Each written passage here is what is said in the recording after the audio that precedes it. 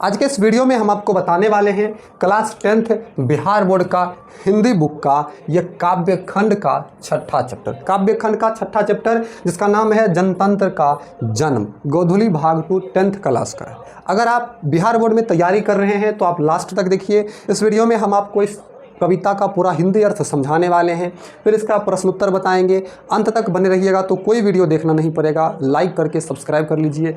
चलिए शुरू करते हैं। चलिए ध्यान देते हैं। हमारा चैप्टर है जनतंत्र का जन्म। ठीक है, देखिए इसका लेखक जो है, जनतंत्र का जन्म का लेखक है रामधारी सिंह दिनकर। लेखक है रामधारी सिंह दिनकर, जिनका जन्म 23 सितंबर 1908 ईस्वी में सिमरिया में, जो बेगूसराय जिला में पड़ता है, वहाँ पर हुआ था। और बेगूसराय जिला आपको पता है बिहार में पड़ता है। ठीक है, इनकी मृत्यु जो है 24 अप्रैल 1974 ईस्वी में हुई। और रामधारी सिंह दिनकर जी का मृत्यु जो है 24 अप्रैल 1974 ईस्वी में हुई। और इनके पिताजी का नाम था रवि सिंह और माता का नाम मनरूप देवी। ध्यान रखिएगा, ये इंपॉर्टेंट क्वेश्चन है, ऑब्जेक्टिव में जन्म से ही संबंधित पूछा जाता है। ध्यान दीजिएगा। देखिए, दिनकर जी की प्रारंभिक शिक्षा, शुरुआत की शिक्षा गांव और उसके आसपास हुई। देखिए बिहार में ऐसी व्यवस्थाएं हैं, और खास करके आपको पता है बिहार में अक्सर गरीबी होती है, तो गांव के आसपास, बाहर बहुत कम लोग हैं जो बाहर जाकर पढ़ते हैं, तो आसपास हुई।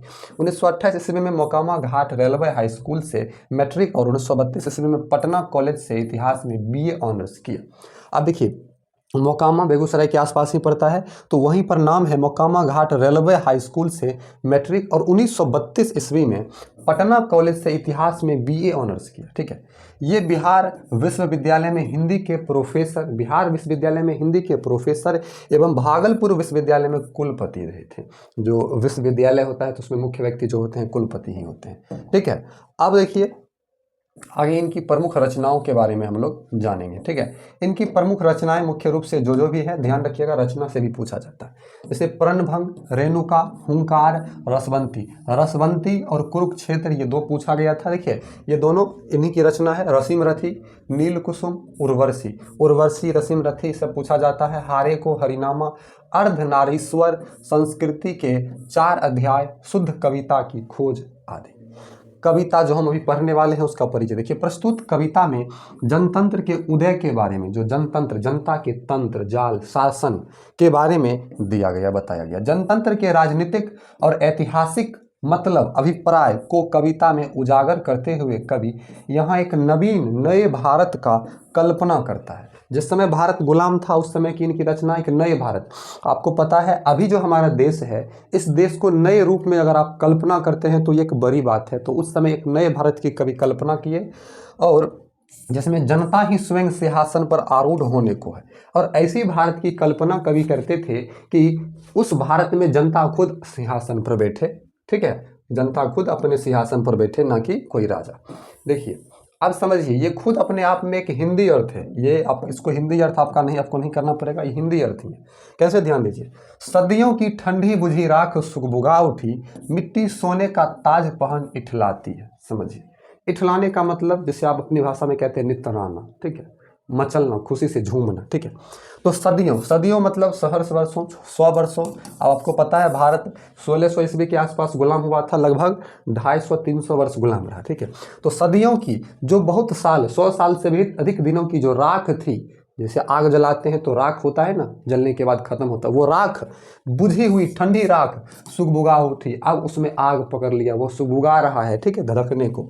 मिट्टी सोने का ताज पहन इठलाती है। अब इसका तात्पर्य होगा कि जो हमारी मिट्टी है, अंग्रेज गुलाम किए हुए था और अंग्रेज मनमानी ढंग से हमसे फसल उगवाता था, लेकिन आज जो हमारा जो फसल हमारे खेतों में लहलहाता है, आपको पता है जो फसल पकने के बाद किस कलर का हो जाता है? पीला कलर, मतलब सोने के रंग के जैसा चमकता है। तो वही मिट्टी जब हवाएं चलती है तो फसल लहलहाती है, खुशी से झूमती है। तो वही कवि कहते हैं कि वर्षों की जो राख बुझी हुई थी, आज वह सुगबुगा उठी, उछल मचल रही है, और जो मिट्टी है सोने की ताज पहन के इठलाती है। दोरा मतलब रास्ता दो, रास्ता खाली करो, समय के रथ का घर घर नाद सुनो।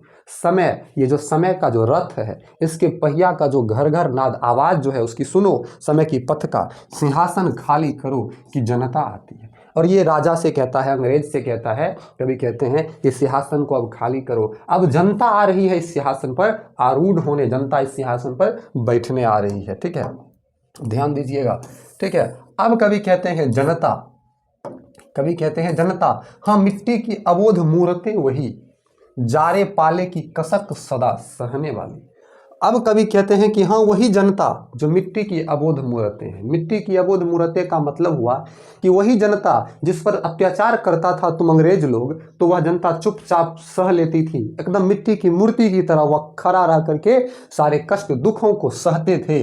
जारे पाले की कसक, जारे पाले मतलब ठंडी हो या गर्मी हो, उन सब को सदा हमेशा सहने वाली हाँ वही जनता।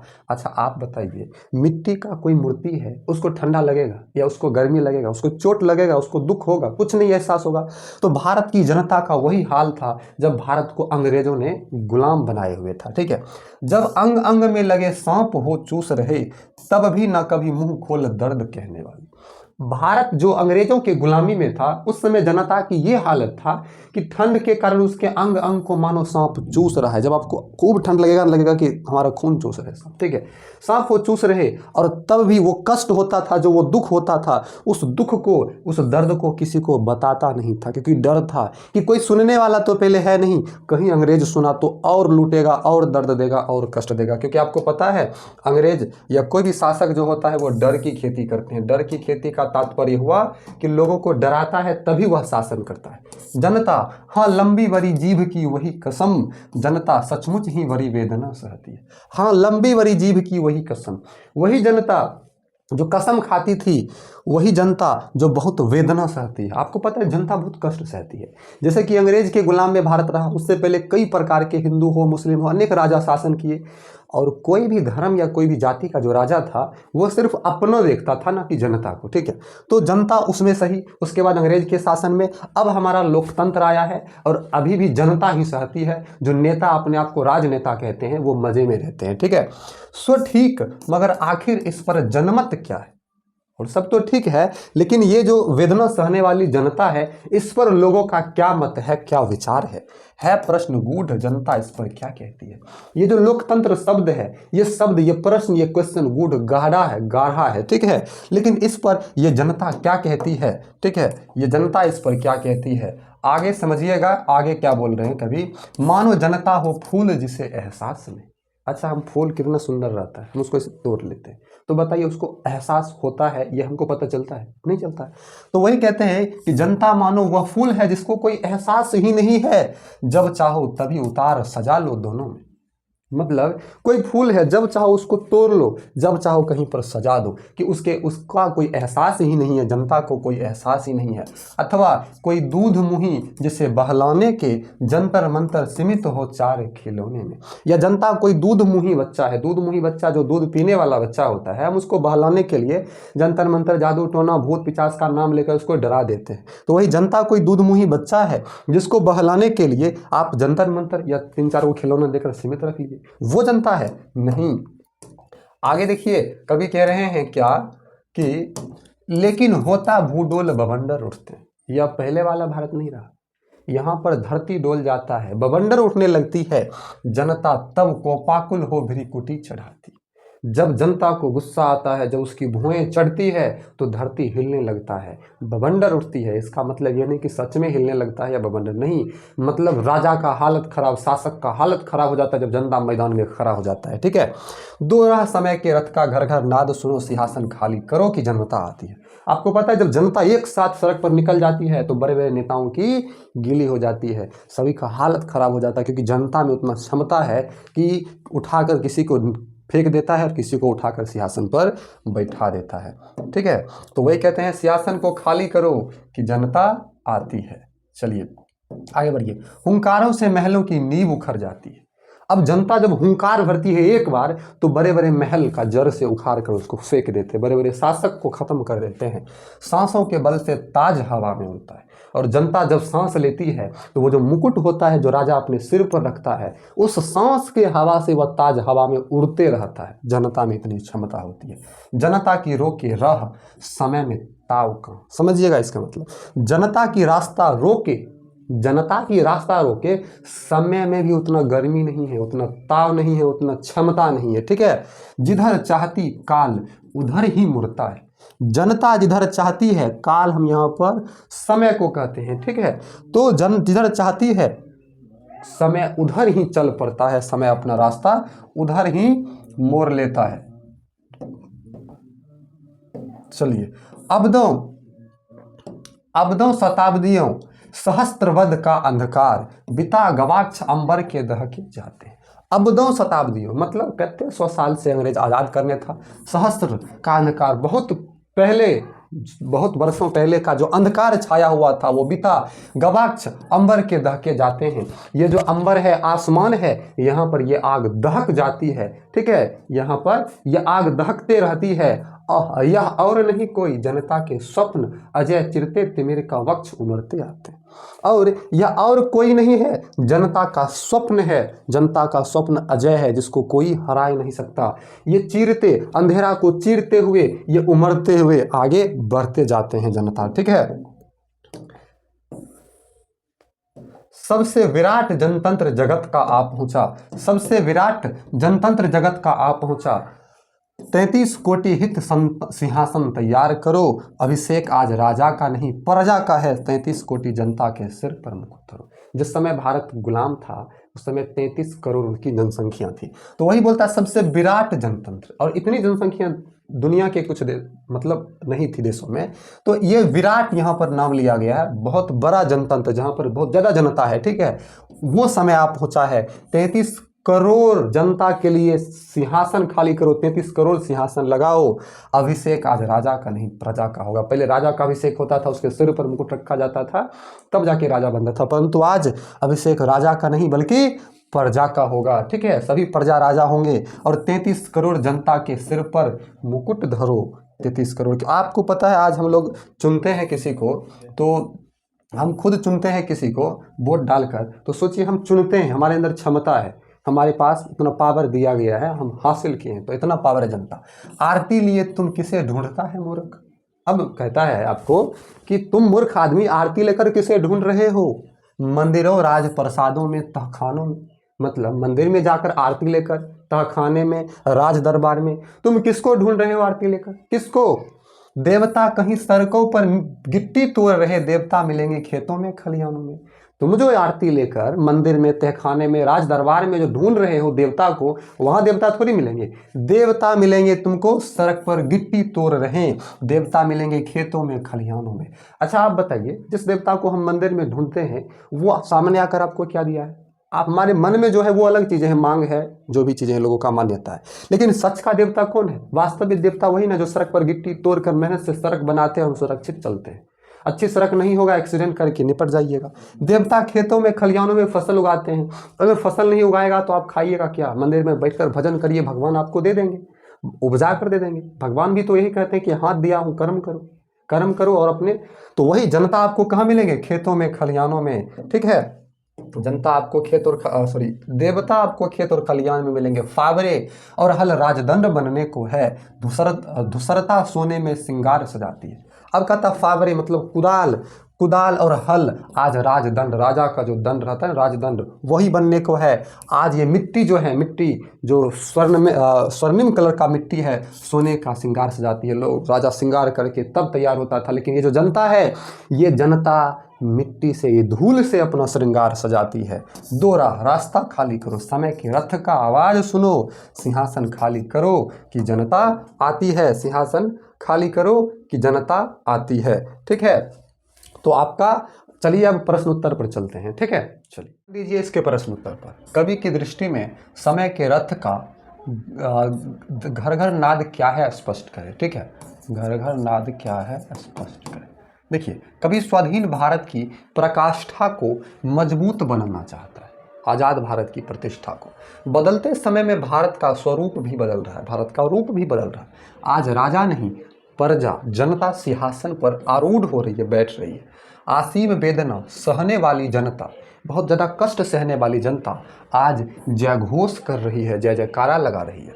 देश का बागडोर राजा के हाथ में नहीं, जनता के हाथ में हो रही है। आज उसका हुंकार सभी जगह सर्वत्र सुनाई पड़ती है। राजनेताओं के सिर पर राजमुकुट नहीं है, बल्कि जनता के सिर पर है। ठीक है, चलिए आगे आपका दूसरा प्रश्न।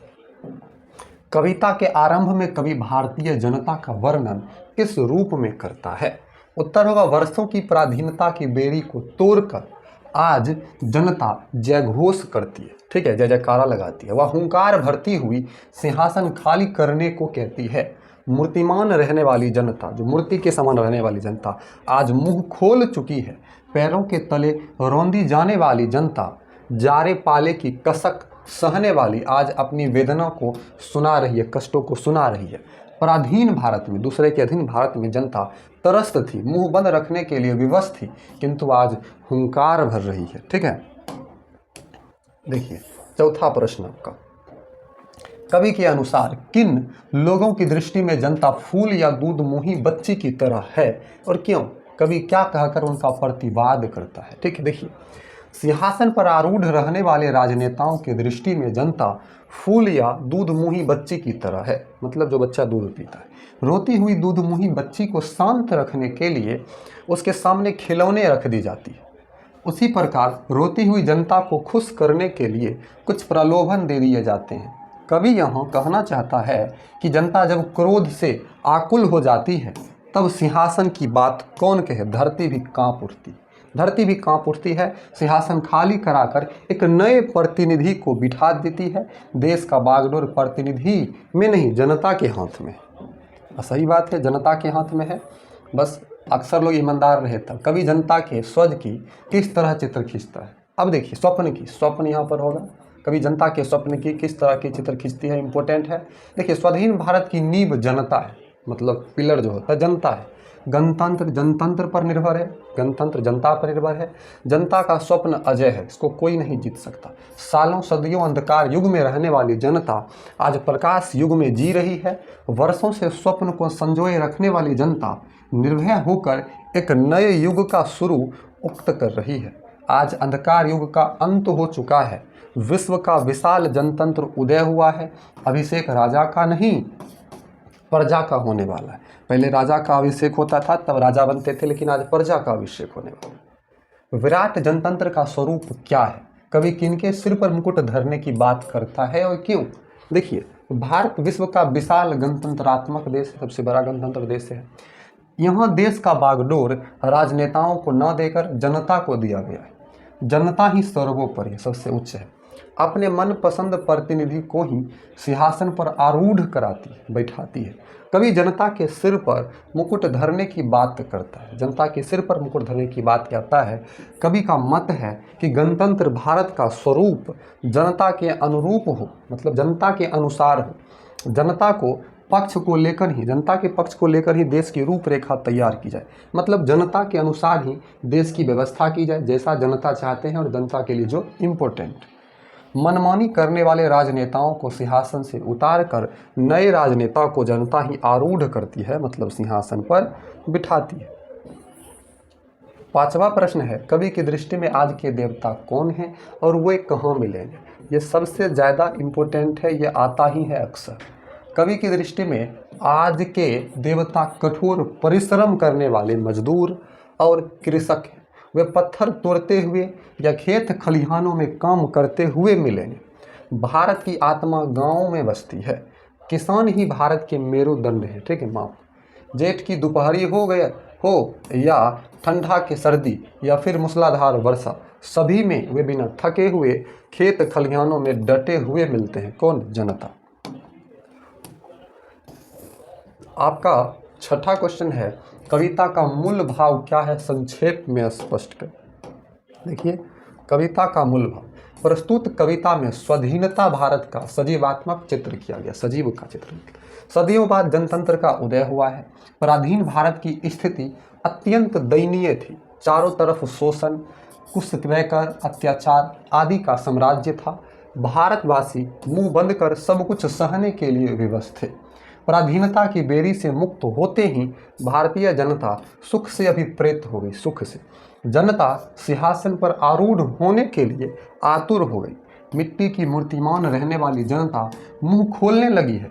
कभी असीम वेदना को सहने वाली जनता आज हुंकार भर रही है। उस कष्ट को सहने वाली जनता आज हुंकार भर रही है। गणतंत्र का बागडोर जनता के हाथ में है। मिट्टी तोड़ने वाले, खेत खलिहानों में काम करने वाले जयघोष कर रहे हैं। आज फावरा कुदाल को कहा गया और हल राजदंड बन गया है। आज परिस्थिति बदल चुकी है, राजनेता नहीं जनता सिंहासन पर आरूढ़ होने वाली, क्योंकि आम लोग जो है वो भी आज सिंहासन पर बैठकर शासन कर सकता है। सदियों की ठंडी बुझी राख सुगबुगा उठी, मिट्टी सोने का ताज पहन इठलाती है। इसका व्याख्या करना है।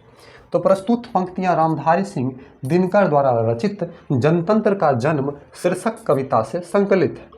इसमें कवि स्वाधीन भारत की रूपरेखा को सजीवात्मक रूप से प्रदर्शित किया है।